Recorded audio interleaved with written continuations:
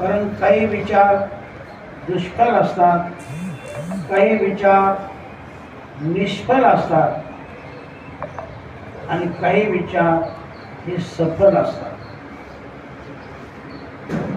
काही वेळेला विचार भलताच केला जातो की गाढवाच्या अंगावर किती केस आणि कावळ्याला किती दात आहेत हा देखील विचारच आहे, कारण हा निष्फळ विचार आहे. तर आपल्याला निष्फळ विचार करायचा नाही, दुष्फळ विचारही करायचा नाही. या ठिकाणी सफल विचार करायचा आहे. सफल विचार सांगणारा हा श्लोक आहे, जीवनाचं कल्याण करणारा हा श्लोक आहे.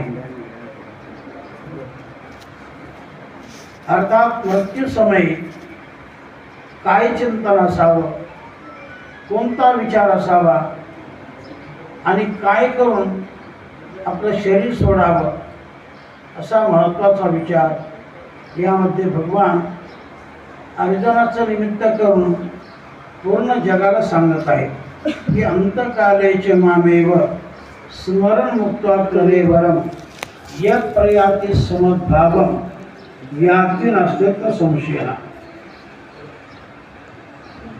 तेव्हा मरण हे प्रत्येकाला आहेच. कोण कुठं जाईल, कसा जाईल, कधी जाईल ही गोष्ट जीवाच्या हातातील नाही. पण आपण काय करून जावं, जीवनामध्ये काय करावं हे अति महत्त्वाचं आहे. संसार करून कोणी जातं, पण जीवनामध्ये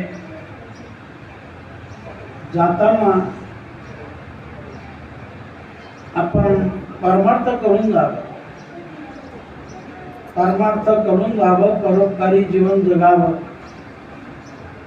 आपल्या जीवनाचंही कल्याण करावं आणि इतरालाही कल्याणाच्या मार्गी लावावं. एकंदर आपणही चांगलं जगावं आणि दुसऱ्याला देखील चांगलं जगून द्यावं, हा देखील परमार्थ होय. जगाने आपल्यासाठी काय केलं हे पाहण्यापेक्षा आपण जगासाठी काय करतो हा विचार देखील महत्त्वाचा आहे. जेवढं आपण परोपकारी जीवन जगू तेवढं आपल्या फायद्याचं आहे, आपल्या प्रगतीचं आहे. आणि म्हणून 3 गोष्टी आहेत, स्वार्थी जीवन, परार्थी जीवन आणि पारमार्थिक जीवन. स्वार्थाचं जीवन जगलो तर एका जन्मापुरतं काम चांगलं होणार. परार्थी जीवन जगलो म्हणजे परोपकारी जीवन जगलो तर पुढच्या जन्माचं काम चांगलं होणार. म्हणजे तुम्हाला चांगल्या ठिकाणी जन्म प्राप्त होणार, कुलवान शीलवान घराण्यामध्ये तुम्हाला जन्म प्राप्त होणार. आणि पारमार्थिक जीवन जर आपण जगलो तर तुमचं अनंत जन्माचं काम होऊन जाणार. तेव्हा शक्यतो माणसाने जीवन चांगलं जगावं, चांगल्या चिंतनात जीवन जावं, भक्ती करण्यात जावं, ज्ञान ग्रहण करण्यात जावं, नामचिंतन करण्यात जीवन जावं. प्रत्येक जण संसार करतोच, पण संसारात राहून आपण या गोष्टी करायच्या असतात. परोपकारी जीवन जगायचं असतं, पारमार्थिक जीवन जगायचं असतं, प्रामाणिक जीवन जगायचं असतं. प्रामाणिक जीवन फार महत्त्वाचं आहे. ज्याच्या वाट्याला जे कर्म आलं त्याने ते कर्म चांगल्या परीने करावं. आपलं कर्म आपण चांगलं करणं हे प्रामाणिक जीवन आहे. ज्याच्याकडे जो अधिकार असेल त्याने त्या अधिकाराचा चांगला वापर करावा, अधिकाराचा गैरवापर त्यांनी करू नये. आपली वाणी चांगल्या ठिकाणी ठेवावी. आपल्या वाणी भलतं सलतं काही बोलू नये. म्हणून वाणी आणि पाणी यांचा वापर आपण जपून करावा. सर्वच इंद्रिये आपण देवाच्या कामी ठेवावे. देवाच्या क्रियेत, संतांच्या क्रियेत ठेवावे. जेवढं आपण चांगलं करणार तेवढं आपल्याच कामी पडणार. जो जसा करेल तसं त्याला फळ भगवान देईल. आणि म्हणून प्रत्येक माणसाने जीवन जगताना भक्तीचं जीवन जगा, ज्ञान प्राप्तीचं जीवन जगा, वैराग्याचं जीवन जगा, सद्गुणाचं जीवन जगा. अशा प्रकारे या सकल गोष्टींचा परिपाक झाला तर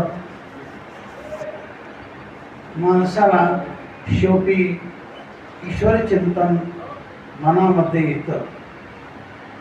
आणि मनामध्ये ईश्वराचं ध्यान झालं, स्मरण झालं की पुढील जन्म त्याला चांगला प्राप्त होतो. अर्थात तो ईश्वराच्या गतीला जातो, वैकुंठाला प्राप्त होतो, देवस्वरूपाला तो प्राप्त होतो, असं या श्लोकातून सांगायचं आहे. अंतकालेचे मामेव, कारण सांगणारा जगाचा चालक, मालक, प्रतिपालक आहे. की भगवान कृष्ण म्हणतात की जो माझंच स्मरण करतो, माझंच असं म्हणणारा कोण आहे, त्याची सत्ता फार मोठी आहे. सर्व देवांचं देवत्व त्यामध्ये स्थित आहे. सर्वांचा करता धरता भरता भगवानच आहे. अशा प्रकारे सकल शक्तीने संपन्न ज्याचं जीवन, अशी भगवंताची वाणी आहे. या गीतेमध्ये भगवान बरंच बोलले, त्यापेक्षा अर्जुन कमी बोललाय आणि अर्जुनापेक्षा संधी कमी बोललाय. आणि धृतराष्ट्र फक्त एकदाच बोलला. एका श्लोकाचा त्याला अधिकार आहे. धृतराष्ट्राच्या श्लोकाने सुरुवात झाली आणि संध्याच्या श्लोकाने गीता समाप्त झाली. असा तोला मोलाचा ग्रंथ आहे. जगात ग्रंथ आहे पण गीतेसारखा नाही. जगात पंथ आहे पण प्रेमासारखा नाही. जगात सज्जन आहे पण आपल्या सद्गुरूसारखा नाही. आणि जगात वस्तू आहे पण भगवंतासारखी नाही. हरि सम जग कछु वस्तू नाही, हरि सम जग कछु वस्तू नाही, नहीं प्रेम सम पंथ, सद्गुरु सम सज्जन नहीं, नहीं गीता सम ग्रंथ. तर गीता ग्रंथासारखा ग्रंथ जगात नाही. आकाराने छोटा पण विचाराने, ज्ञानाने फार मोठा ग्रंथ आहे गीता ग्रंथ, ज्यामध्ये कर्माचं प्रतिपादन, उपासनेचं प्रतिपादन आणि ज्ञानाचं प्रतिपादन आलेलं आहे. अर्थात जीवनाचं कल्याण करणारे हे विचार आहेत. जीवनाचं कल्याण करणारी म्हणजे गीता आहे. अशी गीता सर्वांनी आत्मसात करावी, त्याप्रमाणे आचरण करावं. आणि अनेक संतांनी हेच केलं आणि या विचारातून सगळे संत भगवत स्वरूप झाले. तेव्हा भगवत स्वरूप प्राप्त होण्यासाठी सदैव चिंतन ज्याच्या जीवनामध्ये असेल त्याच्याच मुखामध्ये नाम येणार. अंतकाली ज्याच्या नामाले मुखा आणि तुका म्हणे सुखा पार नाही. तेव्हा आपल्या ताईंचं जीवन भक्तीमध्ये गेलं, ज्ञान ग्रहण करण्यामध्ये गेलं. त्यांनी आपल्या जीवनामध्ये हस्तलिखित ग्रंथाचं लिखाण केलं आणि ग्रंथांचं त्यांनी घर बसल्या अध्ययनही केलेलं आहे. आणि दैनिक त्यांची नेम चांगला होता. जीवनामध्ये नेमावली चांगली होती. रोज 2 हरिपाठ त्या म्हणत असत. रोज हनुमान चालीसा, राम रक्षा इतर काही परंपरेचे काही अभंग, असा बराच मोठा त्यांचा नेम जीवनामध्ये होत्या. बऱ्याच गोष्टी जीवनामध्ये चांगल्या होत्या आणि त्यांचं मरण हे मंगलमय मरण झालेलं आहे. असं मरण सहजासहजी शक्यतो कोणाला येत नाही, शक्यतो कोणाला येत नाही. चालता बोलता जाणं हे चांगल्या प्रकारचं मरण आणि भगवत स्मरण करून मरण येणं फार महत्त्वाचं आहे. कारण अंताकाळी असे विचार येणं फार अवघड असतं. कारण संसाराने आपलं मन ग्रस्त झालेलं असतं. संसार विचारातून आपलं मन एकदम भरून गेलेलं असतं. अशा समयी देवाचं आठवण होणं फार कठीण असतं. तर आयुष्याचे सूत्र बिघडता, भूतांची मटे खडाडता, कान मरतयाही चित्ता युगांतो नव्हे. मरण समयी आपल्या मनामध्ये नाना प्रकारचे विचार येत असतात. त्यामध्ये आपली बुद्धी म्हणजे कमी पद्धतीची चालते, बुद्धी चालत नाही. काही सगळे गात्र विचलित झालेले असतात, शक्तिहीन झालेले असतात. मग अशा समयी भगवान त्याचं काम करतो. अर्थात आपलं स्मरण, आपलं आठव भगवान त्या व्यक्तीला देतो ज्याने जीवनामध्ये आपलं काम केलं. त्याचं काम देखील भगवान करतो. आणि म्हणून भगवंताचं सांगणं की भक्ता हो, तुम्ही माझं काम करा. जर माझं काम तुम्ही मनपूर्वक केलं तर मी देखील तुमचं काम चांगलं करेन.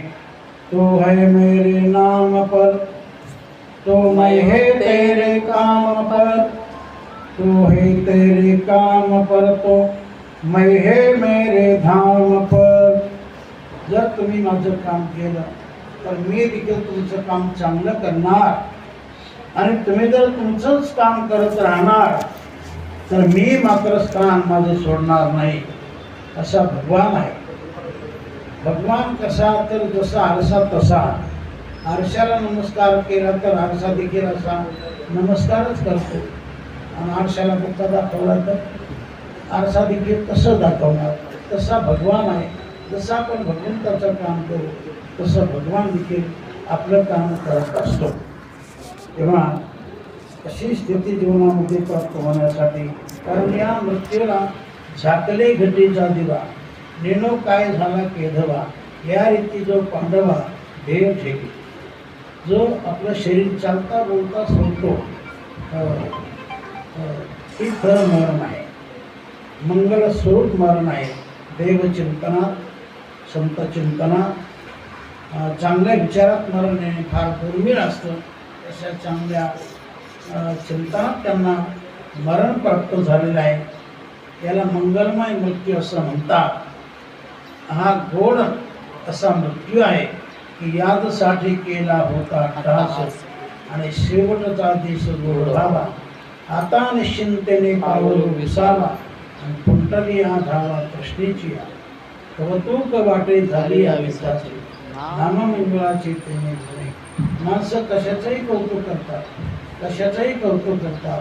पण कौतुक याचं करा की जेवढं जीवन आपण चांगल्या गोष्टीत गेलं, चांगलं करण्यात गेलं, दान धर्म करण्यात गेलं, नामचिंतन करण्यात गेलं, इतराचं काम करण्यात आपलं जीवन गेलं, परोपकारी जीवन जगण्यात काम केलं, याचं कौतुक करा. भलत्या गोष्टीचं कौतुक नको आहे. अर्थात आपण सर्व देवापासूनच आलो आणि देवापाशीच जायचं आहे. जर ज्यांनी नामचिंतन केलं ते देवस्वरूपाला प्राप्त झाले. पण असे कोण झाले? काही नाव तरी घ्या. पापी जामिल गजग निकावो, मुक्त भय हरि नाम प्रभाव. पापी जामिल गजग निकावो, मुक्त भय हरि नाम प्रभाव. पापी होते कोण? अजामिल महान पापी होता. तसा तो श्रेष्ठ वर्णाचा होता. पण विसंगती जीवनामध्ये झाली, त्यामुळे जीवन खाली घसरत गेलं. घसरत गेलं. पण काही संतांची कृपा त्याच्यावर असल्यामुळे शेवटी त्याच्या मुखाला नाम आलं आणि त्या नामातून त्याचा उद्धार झालेला आहे. किती जीव भ्रष्ट असो, किती पापी असो, पण त्याच्या मुखात जर भगवंताचं नाम आलं किंवा देवाचं स्मरण झालं तर तो चांगल्या गतीला जातो असं चिंतन आहे. ज्या कर नाम मरत मुख आवा, आधमो मुकुत होय श्रुती गावा. ज्या कर नाम मरत मुख आवा, आधमो मुकुत होय श्रुती गावा. श्रुती माता सांगते, अधमातील अधम जरी असला पण त्याच्या मुखाला जर नामचिंतन आलं, त्याला जर देवाचं स्मरण झालं मनोमन, तर त्याला गती चांगली प्राप्त होते. अंतकाळी जशी मती तशी गती, जशी मती तशी गती, जशी वासना तसा पुढचा जन्म. जन्म घेणे लागे वासनेच्या संगे, आहे का नाही? किंवा जडभरत राजा हरणी गर्भा गेला आणि घाला तो घाताला वासनेने. एवढा मोठा जडभरत राजा की ज्याने पूर्ण राज्याचा त्याग केला, या सगळ्या पृथ्वीचा मालक तो होता बरं का. एका जिल्ह्याचा नव्हे, एका भागाचा नव्हे, खानदेशचा नव्हे किंवा मराठवाड्याचा नव्हे, विदर्भाचा नव्हे, पूर्ण भारत देश ज्याच्या अंकित होता. पण त्याला वैराग्य झालं आणि सर्व राज्य त्याग करून वरांतरी राहू लागले. रोज तीर्थामध्ये स्नान, एके दिवशी स्नान करताना एक अशी वाघाची माने सिंहाची डरकाळी किंवा आवाज कानी पडल्यानंतर एक हरिण पाणी पित असताना ती घाबरली, त्याने टणकन उडी मारली, तिचा गर्भ गलित झाला, तो पाण्यामध्ये पडला, ती छलांग मारून गेली पण ती गतप्राण झाली. मग तो छोटा गर्भ राजाने त्याला हाती घेतला, त्याला धुवून काढलं, स्वच्छ आणि आपल्या आश्रमात त्या छोट्या पिल्लाला आणि त्याच्यावरती प्रेम झाल्यामुळे जसं रोज ध्यान त्याला होत असे ईश्वराचं, तसं ध्यान त्याला होईना. ध्यान करताना ते फिरू येऊ लागलं, पारस, हरणाचं पारस घोटाळा करू लागलं. आणि शेवटी काळ काय कोणाला विचारून येत नसतो की मी आज आपल्याकडे येत आहे, सगळं आपली सगळी तयारी करून ठेवा, असं काळ कोणाला येऊन कोणाला सांगत नसतो. मृत्यूने विचारी देश विदेश, तो काहीच विचारणा करत नसतो. तसा काळ अकस्मात आला, यमाचा फासा अकस्मात पडला, तर त्या समयी मनामध्ये हरण आलं, मनामध्ये हरण, आणि त्याचा परिणाम काय झाला? जडभरत राजा हरणी गर्भा गेला, घाला तो घातला वासनेने. शेवटी त्या वासनेच्या पोटी जशी वासना निर्माण झाली तशी पुढची गती जन्माची त्याला प्राप्त झाली. एवढा मोठा जडभरत राजा, पण पुढच्या जन्मी तो हरण झाला. त्याला सगळं कळत होतं की आपण मोठे राजे होतो, पण वेगळी वासना निर्माण झाल्यामुळे, हरणाची वासना आल्यामुळे आपल्याला हरणाचा जन्म प्राप्त झाला. त्याला मागचं स्मरण सगळं होऊ लागलं, पण तेवढं त्याचा जन्म हरणाचा झाला. नंतर त्याचा उद्धार झाला. केलेला परमार्थ कधी वाया जात नाही.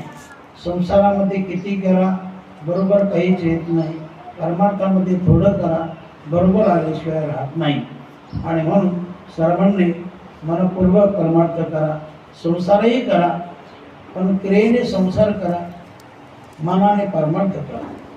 क्रिया प्रधान तो संसार आणि भावना प्रधान तो परमार्थ भक्ती. परमार्थामध्ये भावच लागतो आणि संसारामध्ये क्रियाच लागते.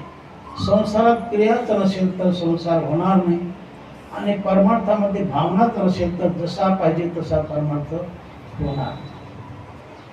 म्हणून माणसाने शक्यतो जेवढं होईल तेवढं मन आपलं देवाला समर्पित करा. मन नेहमी देवाचं स्मरण करा. मग देवाचं स्मरण आणि देहाचं मरण या दोन गोष्टी लक्षात धरा. देवाचं स्मरण आणि देहाचं मरण, दो बात नको भूलो मत, दो बात नको भूलो मत, जो चाहे कल्याण नारायण ऐका मौत को, दो दे श्री भगवान. संत महात्मे सांगतात की दोन गोष्टीला विसरू नका. तशा तर भरपूर गोष्टी आहेत की त्यांना विसरायचं नसतं. त्यामध्ये प्रथम आई वडील होत. आई वडील होत. पहिला नंबर वेदाने आईचा लावला, नंतर वडिलाचा लावला, नंतर गुरूंचा लावला, नंतर अतिथीचा लावला की मातृदेव भव, पितृदेव भव, आचार्य देव भव, अतिथी देव भव. हे सगळे तुमचे देव आहेत, यांची सेवा करा असं वेदाचं सांगणं, अर्थात हे भगवंताचं सांगणं आहे. यांची सेवा करा, ती सेवा सगळी मला प्राप्त होणार. प्रथम देवता जगामध्ये जर कोण असेल तर ती आई आहे. आई नमातो परदैवतम. आईसारखा दैवत जगात दुसरा नाही.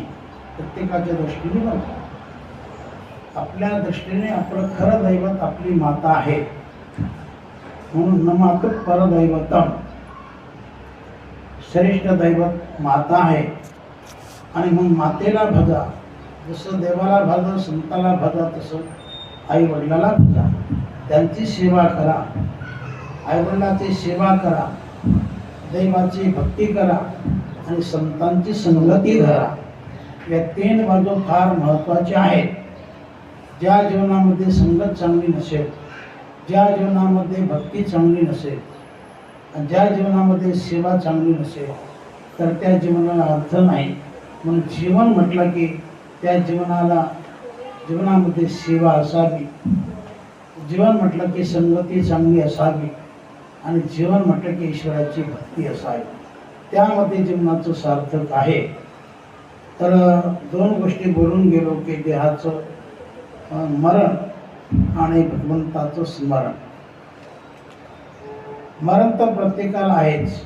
आजपर्यंत जेवढे म्हणून जन्माला आले ते सगळेच माणसं मरून गेले.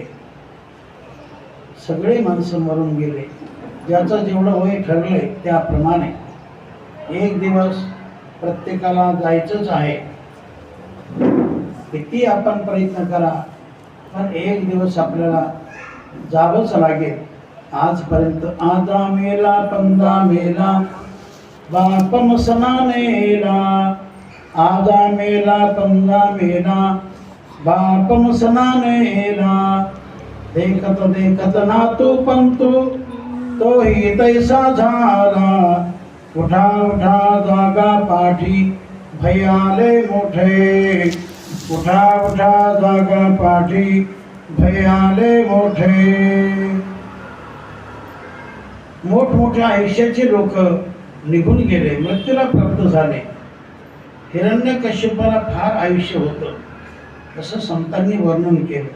एक अर्बुद 60 कोटी देखा, 30 लक्ष 10 सहस्र लेखा, 709 मास मापा, तया हिरण्यकश्यपा काही झाले.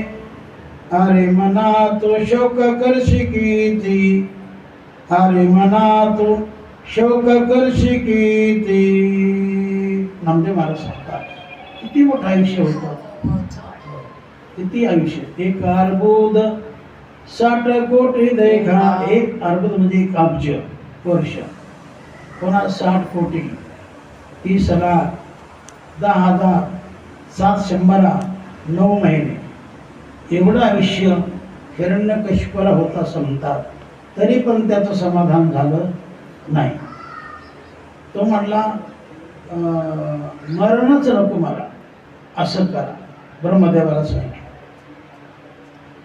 पण ब्रह्मदेव म्हटले मीच मरता, मीच मरक आहे, आईचं जरी फार असेल पण मला एक दिवस मरण आहे, मीच मरका तर तुला अमर कुठून करू. मग त्याने डोकं झालवलं की मला आकाशात नको मरण, घरात नको, बाहेर नको, पृथ्वीवर नको, शस्त्र नको, अस्त्र नको, माणसाकडं नको, दैत्याकडं नको. म्हणजे असं त्याने बरेच वरदानं प्राप्त केले. दिवसा नको, रात्री नको. तर सर्व काही बाजूला सारून भगवंताने शेवटी आपल्या डोक्याने त्याला ठार केलंच. शस्त्र नको, अस्त्र नको, मन खाली फाडलं. हे नको, शस्त्र नाही, अस्त्रही नाही. दिवसा नको, रात्री नको. त्या समय रात्रही नव्हती आणि दिवसही नव्हता. अशा समय त्याला भगवंताने मारलेला आहे. चुको आहे मृत्यूचा ठाव, जाणीवे आणि तानेचा भाव, हिरण्यकश्यप नाडला पाहो, संधी साधवून देव त्याची मारी. शेवटी त्याला मारावं लागलं.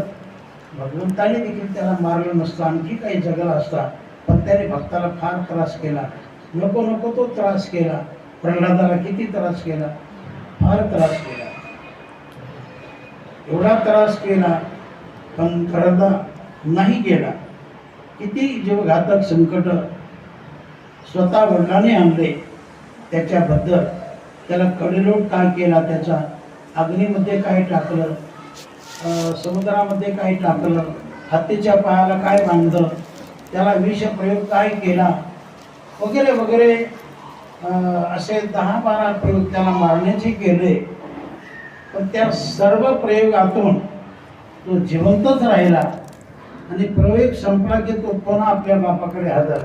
श्रीमन्नारायण नारायण नारायण नारायण नारायण नारायण श्रीमन्नारायण नारायण नारायण श्रीमन्नारायण नारायण नारायण श्रीमन्नारायण नारायण नारायण श्रीमन्नारायण नारायण नारायण श्रीमन्नारायण नारायण नारायण श्रीमन्नारायण नारायण नारायण श्रीमन्नारायण नारायण नारायण श्रीमन्नारायण नारायण नारायण श्रीमन्नारायण नारायण नारायण श्रीमन्नारायण नारायण नारायण. हो, प्रल्हादाने नामच सोडलं नाही आणि म्हणून भगवंताने त्याला जगवलं. कारण नाम काय करत नाही. तुका म्हणे नाम ते परिभाषित. नामामध्ये फार मोठी शक्ती आहे. जशी देवाच्या अंगी शक्ती तशी नामात शक्ती आहे. देव आणि नामाचा म्हणजे भेद नाही त्याच्यामध्ये, एकच. जी नामाची शक्ती ती देवाची शक्ती, जी देवाची शक्ती तीच नामाची शक्ती आहे. आणि म्हणून नामाला विसरायचं नसतं, देवाला विसरायचं नसतं, आईवडिलाला विसरायचं नसतं, गुरुला विसरायचं नसतं, इमानदारीला विसरायचं नसतं, सत्याला विसरायचं नसतं, धर्माला विसरायचं नसतं. या सर्व गोष्टी आपल्या जीवनाच्या प्रगती करणाऱ्या आहेत. आपल्या जीवनाला गती देणाऱ्या सगळ्या गोष्टी आहेत. आणि म्हणून जीवनामध्ये पुढचा मरणाचा भाग येणारच आहे. याकरता त्याच्या अगोदर आपली साधना करून ठेवा. लोक घराला आग लागली नंतर लागले विहीर पाडायला, काय कामाचं ते? तसं नाही. अगोदरपासून साधना करत राहा. करावा अभ्यास विठ्ठलाचा, नामचिंतनाची साधना करा, भक्ती करा. जेवढं होईल तेवढं चांगलं करा. जेवढं तुम्ही करणार तेवढं तुमच्या कामी येणार. फुकट नाही जाणार. कारण भगवान कोणाचं फुकट घेत नाही आणि ज्याचं त्याला दिल्याशिवाय राहत नाही. याकरता तत्पर राहा, जागृत राहा आणि त्या आपल्या कर्माशी प्रामाणिक राहा. सोपं आहे पण केलं तर तसा भाग आहे. तेव्हा तिथं एका मातोश्रीच्या निमित्ताने आपलं हे चिंतन चालणार आहे. तर ज्या मातोश्री आपल्यातून निघून गेल्या त्या अधिकार संपन्न होत्या असंच म्हणावं लागेल. त्यांना चालता बोलता मरण आलं आणि ईश्वराचं काम करत असतानाच मरण आलं, हे वैशिष्ट्य आहे. म्हणून अंतकाली ज्याच्या नाम आले मुखान तुका म्हणे सुखा पार असा भाग आहे. तेव्हा आईला महत्व आहे. मग घरामध्ये आई असावी, गोठ्यामध्ये गाय असावी, शेतामध्ये भाऊ असावा, असं चिंतन आहे. घर में माई, गोठे में गाई, खेत में भाई, उसकी क्या कहना कमाई. ज्याच्या गोठ्यामध्ये गाय आहे, ज्याच्या शेतामध्ये राबणारा आपला भाऊ आहे, आणि ज्याच्या घरामध्ये आई कारभारी नाही, त्याचं चांगलं होत असतं. आता याच्या उलट घ्या. घर में साला, गोठे में हेला, खेत में नाला, उसका कभी नहीं भला. आणि म्हणून घरामध्ये आई महत्वाची आहे, वडीलही महत्वाचे आहे. काही वेळेला वय झाल्यामुळे काही जरी करत नसले पण त्यांचा फार मोठा आधार असतो, फार मोठा आधार असतो. आई वडील हे अनेक वर्षे राहिले तर आपल्याला फार मोठा आधार असतो. आईवडिलांची कृपा असावी, आईवडिलांचा आशीर्वाद जीवनामध्ये असावाच. आणि म्हणून जे जे माणसं आईवडिलाकडे देव रूपाने पाहतात, त्यांची सेवा करतात, त्यांच्या घरात शक्यतो लक्ष्मी कमी पडत नाही. आईवडिलांची सेवा केली तर भगवान खुश राहतो, आणि जिथं भगवान खुश राहतो तिथं लक्ष्मी चांगली राहते, सुख देऊन राहते. काही ठिकाणी लक्ष्मी राहते, काही लोकांकडे लक्ष्मी राहते पण दुःख देऊन राहते. पण ज्याची इमानदारी चांगली आहे, प्रामाणिकपणा चांगला आहे, आईवडिलांची सत्य सेवा आहे, वरपांगी सेवा नाही, देव समजून जे सेवा करतात. कारण पुत्र त्यालाच म्हटलं, पिता स्वयमेव नारायण, माता प्रत्यक्ष लक्ष्मी आपण. ऐसे भावी ज्याचे भजन, सत्पुत्र जाणतो एक. सत्पुत्र कोण आहे? तर जो आपल्या आईला लक्ष्मी समान मानतो, जो आपल्या बापाला देवा समान मानतो, भगवंता समान मानतो, आणि देवा समान मानून या दोघांची जो मनोभावे सेवा करतो त्याला पुत्र असं म्हटलेलं आहे. पुत्र असं म्हटलेलं आहे. म्हणजे पू नावाच्या नरकातून जो पूर्वजांना तारतो म्हणून त्याला पुत्र असं म्हटलेलं आहे. त्रायते म्हणजे तारणे. नरक अनेक प्रकारचे आहेत, 28 प्रकारचे नरक आहेत. नरक म्हणजे दुःखच असतं, त्या ठिकाणी सुख नसतं. असे जे नरक असतात ते आपल्या ज्या त्या पापकर्मातून ते मिळत असतात. आणि म्हणून कदाचित आपले पितर त्याच्या नरकामध्ये जर पडले असतील आणि त्याच कुळातील एखादा सुपुत्र त्यांनी जर आपली इमानदारी जीवनामध्ये धारण केली, प्रामाणिकपणा ठेवला, साधूंची सेवा केली, देवाची भक्ती केली, प्रत्येक कर्म त्याने अचूक केलं, आणि असा जनसेवक जर असेल तर तो आपल्या पूर्ण कुळाचा उद्धार करतो.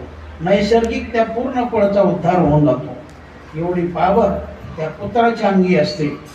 आणि म्हणून पुत्रपार होण्यापेक्षा, पुत्रलयी होण्यापेक्षा, फार होण्यापेक्षा थोडेच असावे पण ते चांगले असावे. एक जरी असला तरी देखील चांगला.